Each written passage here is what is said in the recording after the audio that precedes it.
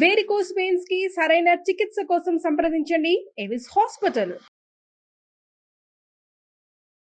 నమస్తే అమ్మా. నమస్తే అమ్మా.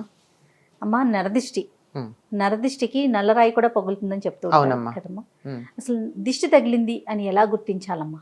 మామూలుగా అయినట్టయితే చిన్నపిల్లల విషయంలో వాళ్ళు పిచ్చిగా ఏడుస్తూ ఉంటారు, పెంకిగా ఏడుస్తారు. కాస్త ఉప్పు తీసుకుని మా ఇంట్లో పెద్దవాళ్ళు చెప్తారు, ఉప్పు రాళ్ళు తీసేయి అంటారు. అంటే మెత్తన ఉప్పు కాదు, రాళ్ల ఉప్పు అని అక్కడ అర్థం కదా. ఆ ఉప్పురాయి తీసేయి అంటే వాళ్ళ చుట్టూతా ఇట్లా 3 సార్లు తిప్పి తీసి పడేసామంటే నీళ్ళల్లో పిల్లలు ఊరుకున్నారు. అయిపోయిందా? దిష్టి పోయినట్టేనా? ఎవరో శాస్త్రీయంగా నిరూపించామా లేదా అన్నది పక్కకు పెడితే ఈ క్షణాన మనకి ఫలితం ఉన్నదా లేదా అంతే. అంచేత పిల్లల విషయంలో బాగా తెలుస్తుంది. మరికొన్నిట్లో చెట్టు చూస్తూ ఉండగా అలా మాడిపోతుంది. బాగా కాసే పూసే చెట్టు ఎందుకు మాడిపోయింది? దిష్టి వల్ల. అందుకని కొంతమంది దాని మీద పరిశోధన చేసి తవ్వి ఆ చెట్టుకి ఏమన్నా వేరు పురుగు పట్టిందా ఇలాంటివన్నీ పరిశోధన కూడా చేశారు. ఏమీ లేదు. వేరు పురుగు పడితే కూడా ఒక్క రోజులో మాడిపోదు, క్రమంగా పోతుంది. ఇది దిష్టి తగిలితే ఒక్క రోజులో మాడిపోతుంది. ఒక్క రోజులో ఇవాళ చూస్తే బాగుంది, నిన్న బాగుంది, ఇవాళకి ఏమిటో ఒడిలినట్టు అయింది, రేపటికి పూర్తిగా ప్రాణం లేనట్టు అయిపోతుంది. మహా అయితే 2-3 రోజులు అట్లా. అప్పటిదాకా బాగా పాలిస్తున్నటువంటి ఆవు గేదె మర్నాటి నుంచి అసలు ఒక చుక్క పాలివ్వవు, దగ్గరికి రానియవు, ఆఖరికి దాని దూడకు కూడా పాలివ్వవు. అట్లా అయిందంటే దిష్టి అనుమానం వస్తుంది. అలాగే ఇంటి ముందు కట్టినటువంటి గుమ్మడికాయ హఠాత్తుగా కుళ్ళిపోతుంది. సాధారణంగా ఏం జరగాలి? అది ఎండిపోవాలి, ఎండి ఒడిలిపోతాయి. అట్లాంటిది నిన్నటిదాకా బాగానే ఉండి ఎందుకు క్రమంగా చెడిపోయిందా అనడానికి, చెడిపోతుంటే వాసన వస్తుంది. వాసన వచ్చిందో లేదో తెలియదు, వాసన కూడా రాదు, హఠాత్తుగా కుళ్ళిపోయి దాని నుంచి పడిపోతుంది. ఇట్లాంటివన్నీ చూస్తే ఇది దృష్టి దోషమని అంటూ ఉంటారమ్మా. కంటికి కూడా ఒక శక్తి ఉంటుంది కదా, చూపుకు కూడా ఒక శక్తి ఉంటుంది. ఉంటుందనే కదా మనం నీ చల్లని చూపు ప్రసరింపజేయి, కరుణామృత దృష్టి చూడు, దయ తలచు అని ఇలాంటి పదాలు వాడుతూ ఉంటారు. ఇది మన తెలుగు వాళ్లే కాదండి, అన్ని భాషల వాళ్ళు వాడతారు, పాశ్చాత్య దేశాల్లో కూడా వాడతారు. ఆ చల్లని చూపులు అనేది చక్కగా మమ్మల్ని బాగా, వాళ్ళకి చల్లని కాదనుకోండి, వాళ్ళకి వామ్ కావాలి అంచేత సందర్భాన్ని బట్టి ఆ చూపు అన్నది లుక్ అంటారు వాళ్ళు, pay A look, something like that అలా వాడతారు. ఆ విధంగా చూపుకి అంతటి శక్తి ఉంటుంది అని మనకి అందరూ చెప్పేటటువంటి మాటే. కనుక 10 మంది ఒక దాన్ని చూసి అసూయ పడితే, అసూయతో గనక చూసినట్టయితే, అసూయ కన్నా కూడా ఈర్ష్యతో గనక చూసినట్టయితే అది ప్రతికూల ప్రభావం కలుగుతుంది. అందువల్ల వాళ్ళకి ఏదో ఒక హాని కలగడం జరుగుతూ ఉంటుంది.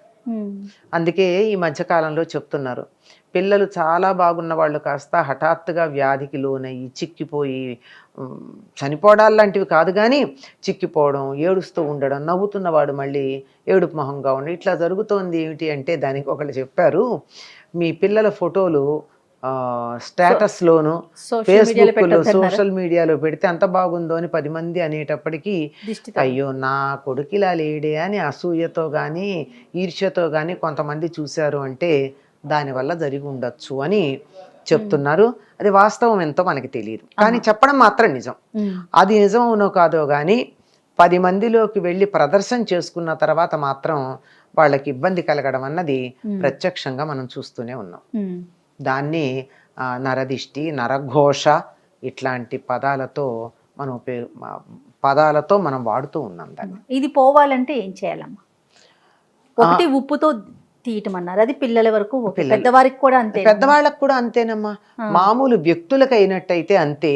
ఈ మధ్య కాలంలో చాలా మంది ఏం చేస్తున్నారంటే ఈ ఉప్పు తీసి, రాళ్ల ఉప్పు, సముద్రం నుంచి వచ్చినటువంటి ఉప్పు, ఆ ఉప్పును తీసి ఇంట్లో నలుగురు వచ్చేటటువంటి చోట పెడుతూ ఉంటారు. దానివల్ల దృష్టి దోషం పోతుంది. ఉప్పుకి నెగటివిటీని ఆకర్షించే లక్షణం ఉంది. అందుకే పూర్వకాలం ఏమనేవాళ్ళు అంటే, ఉప్పు జాడీలే ఉండేవిగా రోజుల్లో, ఉప్పు జాడీ మీద మూత తీస్తే విషం అవుతుంది అనేవాళ్ళు. విషం మాట ఏమో కానీ నెగిటివిటీని ఆకర్షిస్తుంది కనుక ఎప్పుడు కూడా ఉప్పు మీద మూత తీసించకూడదు. ఉప్పు ఓపెన్గా ఉంది అంటే మనం దాన్ని తినకూడదు, పడేసేయాలంతే. అది అందువల్ల ఉప్పు పెడుతూ ఉన్నారు.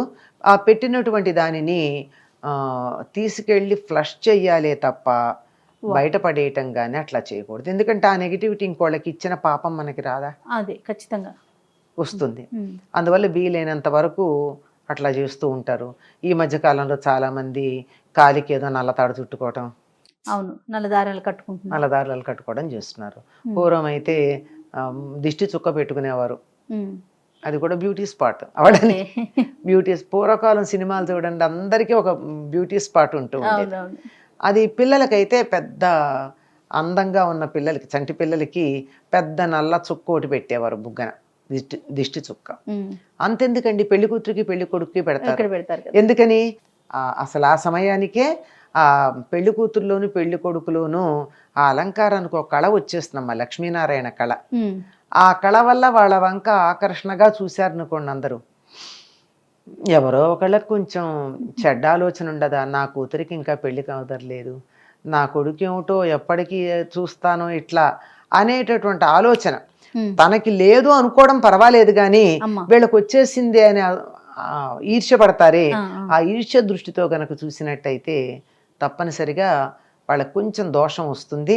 అందుకని అది దానికి దోషం తగలకుండా ఉండడానికి, దోషం సోకకుండా ఉండడానికి చుక్కలు పెడుతూ ఉంటారు. ఇది వ్యక్తులకైతే. ఇంటికైతే ఇంట్లో అయితే ఉప్పు పెడతాం. ఇంటి ముందు గుమ్మడికాయ కడతారు, బూడిద గుమ్మడికాయ. ఈ బూడిద గుమ్మడికాయకి దిష్టిని ఆకర్షించే లక్షణం ఉంటుంది. దానికి అందుకే సిగ్గులేంది అని చెప్తూ ఉంటారు గుమ్మడికాయని, బూడిద గుమ్మడికాయని. ఎందుకంటే మిగిలినటువంటి వాటిని మీరు ఎప్పుడన్నా మీరు గమనించారో లేదో, అంటే ఇళ్లల్లో మొక్కలు అవి ఉన్నవాళ్ళు ఇదిగో పింద ఉంది అని వేలుతో చూపించకూడదుట. వేలుతో చూపించకూడదు. ఎక్కడుందంటే ఇట్లా చూపిస్తారు, వేలు కొస. కానీ ఒక్క బూడిద గుమ్మడికాయని వేలుతో ఇట్లా చూపించిన వేల చూప కసుకందక వేలెత్తి చూపిస్తే కూడా అది ఏమాత్రం పాడవదుట. అందుకని సిగ్గులేందంటారా? అంటే దానికి దోషం కూడా అంటదు. ఓకే, నెగిటివిటీని ఆకర్షించుకుని కూడా బాగానే ఉండగలదు. అందుకని కడతారు దిష్టికి.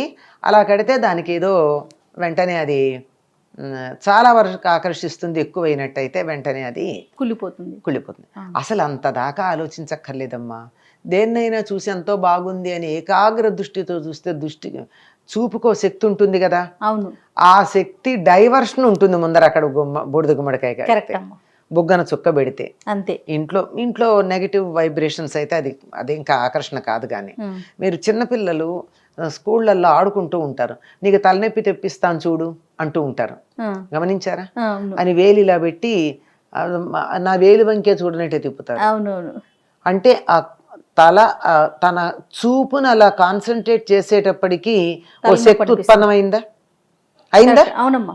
మరి అట్లాంటిది తీక్ష్ణంగా జయ చాలా బాగుంది, వాళ్ళ చంటి పిల్లలాగా ఉంది, 10 ఏళ్ల వయసు తగ్గినట్టుంది, ఎంత అందంగా ఉందో అని నేను ఇలా తీక్ష్ణంగా చూస్తే కంటి రెప్ప వేయకుండా నీకు ఏదన్నా హాని కలిగే అవకాశం లేదంటారా? అందులో దురుద్దేశంతో ఉంటే ఉంటుందా, ఉండదా? అంతే. అంత సింపుల్ అమ్మా నరదిష్టి తగలడం అన్నది. తగులుతుంది, అందులో అనుమానం ఏం లేదు.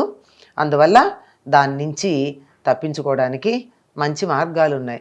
మొట్టమొదట మనకున్నటువంటి ఏదైతే మనకి విలువైందుందో దాన్ని 10 మందిలో ఆడంబరంగా ప్రదర్శించకుండా ఉండండి. అది పిల్లలు కావచ్చు, ఆస్తి కావచ్చు, తెలివితేటలు కావచ్చు. మా పిల్లలు చూడండి ఎంత బాగా పాడతారా, మా పిల్లాడు చూడండి ఎంత బాగా డాన్స్, ఇవన్నీ చూపించుకుంటే దిష్టి తగలదా? అదే కదా, తగులుతుంది కదా. ఆడంబరం పనికిరాదు. ఆడంబరం లేకుండా ఉన్నట్టయితే సగం దిష్టి తగలదమ్మా. తగిలిన తర్వాత పోవాలంటే ఇటువంటి మార్గాలు ఉన్నాయి. అమ్మ, ఎన్ని రోజులకు ఒకసారి ఉప్పు తీయొచ్చమ్మా పిల్లలకైతే? ఎన్ని రోజులకే ఉందమ్మా, ఎప్పుడన్నా వాళ్ళకి దిష్టి తగిలితే రోజు ఎందుకు తగులుతుంది? అంతే. రోజు తగలడానికి రోజు ఏమన్నా మీరు ఎగ్జిబిషన్కి తీసుకెళ్తున్నారా? వాళ్ళని ఎగ్జిబిట్ చేస్తున్నారా? అందరికీ లేదు కదా. ఎవరన్నా మనకి కొంచెం మందులో పర్టిక్యులర్గా కొంతమందినంటే వీళ్ళ దిష్టి చూపు అని చెప్పేస్తారండి. వాళ్ళు ఎవరింటికి వెళ్తే వాళ్ళంతే నాశనం. వాళ్ళు గట్టికి ఇది బాగుందని అన్నారంటే వాళ్ళు నాశనం అవుతారు. కొద్దిమంది, అందరూ కాదు సుమా. అట్లాంటి వాళ్ళకి ఎలాగో తెలుస్తుంది పాపం. అటువంటి వాళ్ళు వచ్చినా 10 మంది దగ్గరికి వెళ్ళినా పిల్లలకి దిష్టి తగిలింది అనేటటువంటి సందేహం మనకు వచ్చినా, ఉమ్. 10 మంది చూపు పడే ఒక కార్యక్రమంలో పాల్గొన్నా దిష్టి తీస్తారు. ఇది ఎర్ర నీళ్లతో తీస్తారు, ఉప్పుతో తీస్తారు, కొబ్బరికాయ మీద కర్పూరం పెట్టి తీస్తారు. ఇలా రకరకాల పద్ధతులు ఉన్నాయి. ఎండుమిర్చితో తీస్తారు. ఎండుమిరపకాయలతో తీస్తారు. ఓకే. గమ్మత్ ఏంటంటే ఎండుమిరపకాయలు తీసి భగభగా మండుతున్నటువంటి నిప్పుల్లో వేస్తే గొట్టు రాదు. అవును. మరి ఏమిటది రాకుండా ఎట్లా ఉంది? అవును. ఇవన్నీ నిదర్శనాలే. నూనె గుడ్డతో కూడా ఆ నూనె గుడ్డతో తీసి వెలిగిస్తారు. వెలిగిస్తే దాని నుంచి నీళ్ళ చుక్కలు వస్తాయి. అవును. అవును. నూనె చుక్కల బదులు నూనె గుడ్డతో తీసి వెలిగిస్తే నీళ్ల చుక్కలు టపటపా కింద పడతాయి. మరి అంటే దిష్టి ఉందని అర్థం. ఓకే. దృష్టి దోషం ఉందని. ఇన్ని రకాలుగా దృష్టి దోషాన్ని పోగొట్టేటటువంటి మార్గాలు మనకి పెద్దలు అందించారు. రైట్ అమ్మా. నమస్తే. నమస్తే.